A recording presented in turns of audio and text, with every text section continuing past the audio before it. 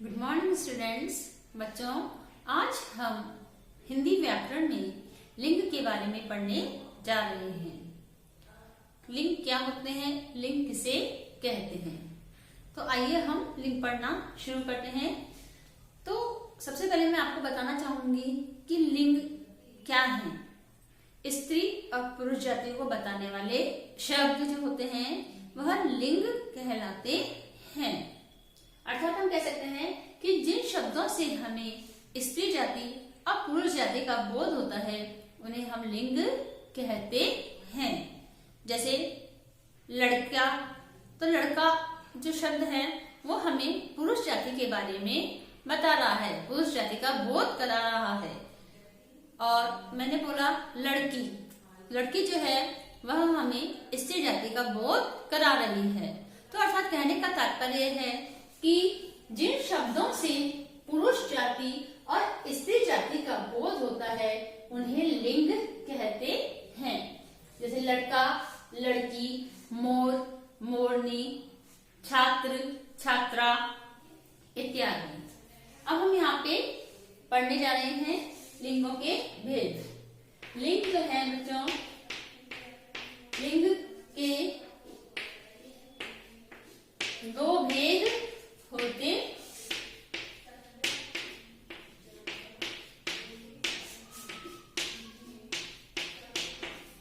लिंग के दो भेद होते हैं, पुल्लिंग और स्त्रीलिंग। पहला है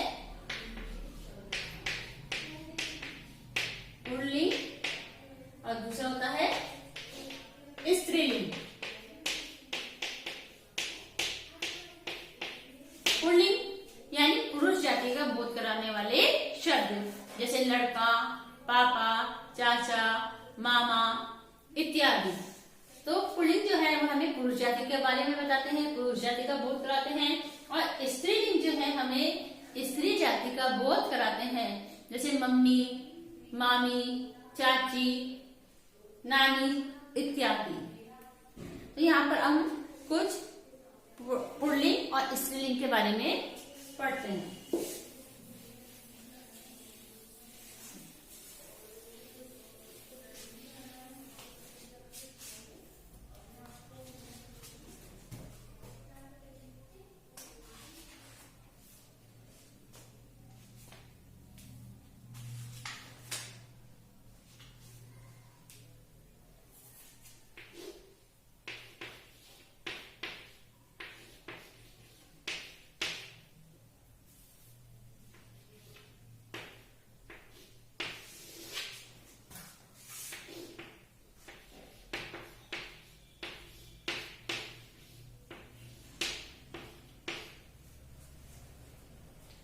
जैसे बालक, बालक पुल्लिंग है तो बालक का स्त्रीलिंग होगा बालिका।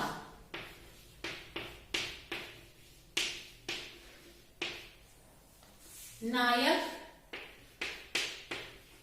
नायक का स्त्रीलिंग होगा नायिका। बेटा, बेटा का स्त्रीलिंग होता है बेटी।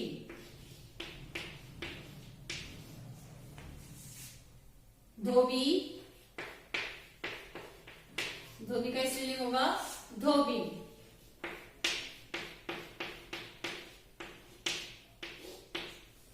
मोर, मोर का स्त्रीलिंग होता है मोरनी। चाचा, चाचा का स्त्रीलिंग होगा चाची।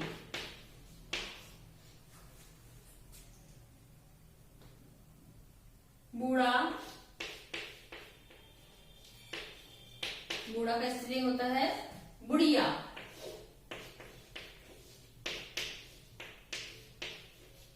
तो बच्चों आपने कुछ पुल्लिंग और स्त्रीलिंग के बारे में पढ़ा है। एक बार फिर रिपीट कर लेते हैं इसको। बालक, बालक का स्त्रीलिंग होता है बालिका। नायक, नायिका। बेटा, बेटी। धोबी, धोबिन। मोर, मोरनी। चाचा, चाची। बूढ़ा, बुढ़िया। ये हमने स्त्रीलिंग और पुल्लिंग के बारे में सीखा है। परंतु यहाँ बच्चों मैं आपको बताना चाहूंगी कि कुछ शब्द ऐसे होते हैं जिनका हमें स्त्रीलिंग और पुल्लिंग ज्ञात नहीं होता, तो उनके आगे हम नर और मादा लगा के उनका स्त्रीलिंग और पुल्लिंग का बोध करते हैं। जैसे नर पुल्लिंग, नर जो होता है वो पुल्लिंग के लिए प्रयोग होता है और मादा जो होता है वो स्त्रीलिंग के लिए प्रयोग किया जाता है। जैसे कि मान लो आपने छिपकली देखी, तो छिपकली को देखकर हम उसका लिंग बदलिए, छिपकली का लिंग बदलिए, तो हम छिपकला तो बोल नहीं सकते। तो ऐसे जो वर्ड्स होते हैं इनके आगे हम नर और मादा लगाते हैं। जैसे नर छिपकली और मादा छिपकली। इसके अतिरिक्त कुछ वर्ड्स ऐसे होते हैं जिनके आगे भी हम लिंग नहीं पता कर सकते हैं। जैसे कुछ नाम होता है, जैसे पद, जो प्रोफेशनल होता है, हमारा व्यवसाय होता है, पद होता है, उपाधि होती है, उनके आगे भी वो स्त्रीलिंग और पुल्लिंग में भी एक समान होते हैं। जैसे डॉक्टर शीला, तो डॉक्टर जो है वो क्या है, उपाधि है, वह स्त्रीलिंग और पुल्लिंग में एक समान ही रहती है। जैसे डॉक्टर शीला, डॉक्टर रमेश, तो डॉक्टर डॉक्टर तो क्या है, एक उपाधि है, इसलिए उपाधि होती है वो सब सजा जो होती है स्त्रीलिंग और पुल्लिंग में एक समान ही होती है।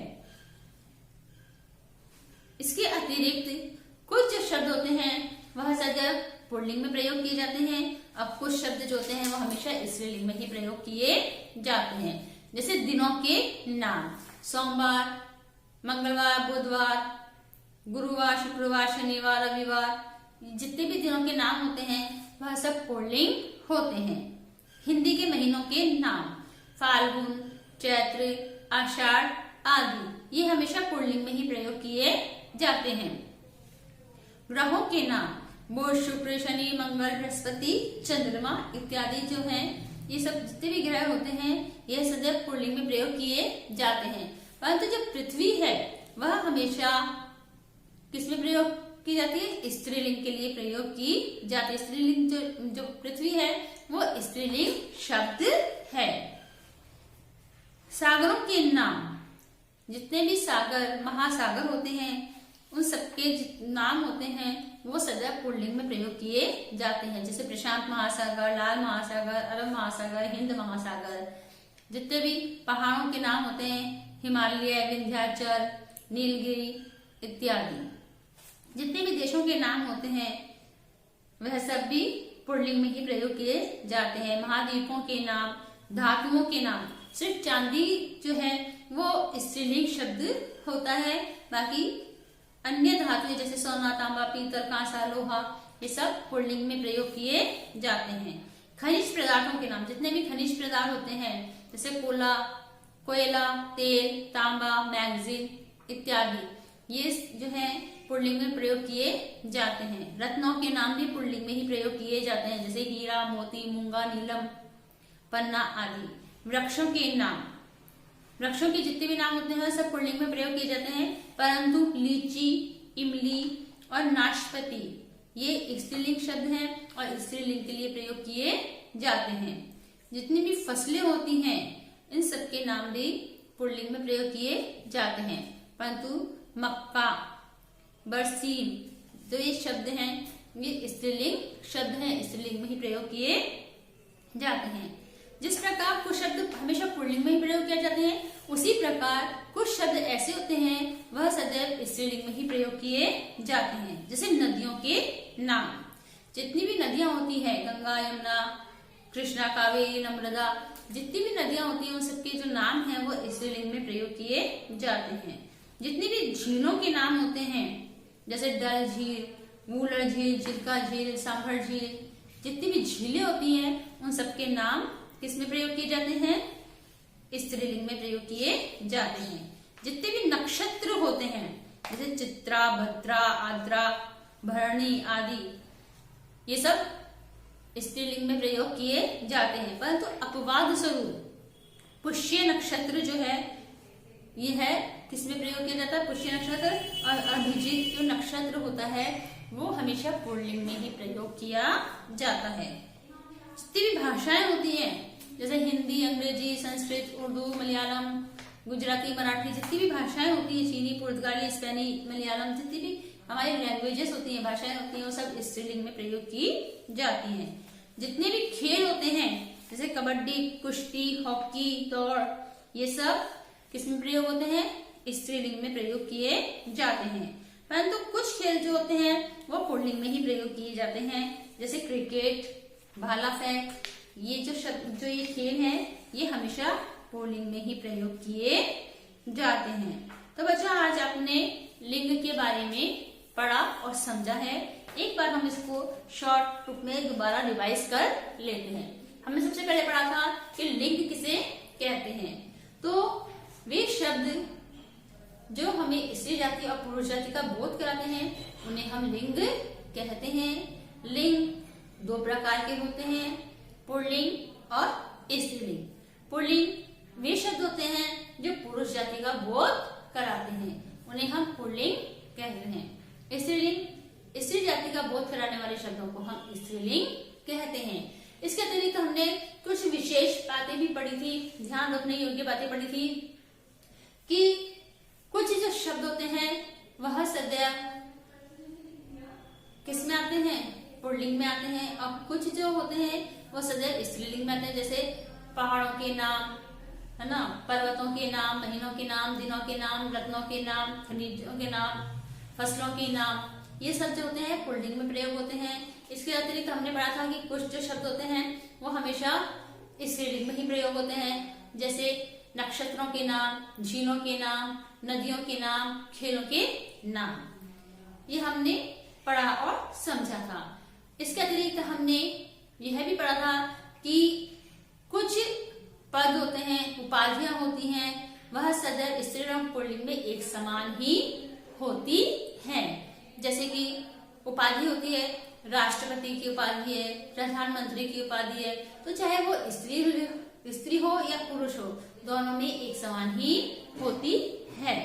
इसके अतिरिक्त हमने पढ़ा था जैसे डॉक्टर जो है उपाधि है, चाहे वो स्त्रीलिंग हो या पुल्लिंग हो, दोनों के लिए समान ही होती है।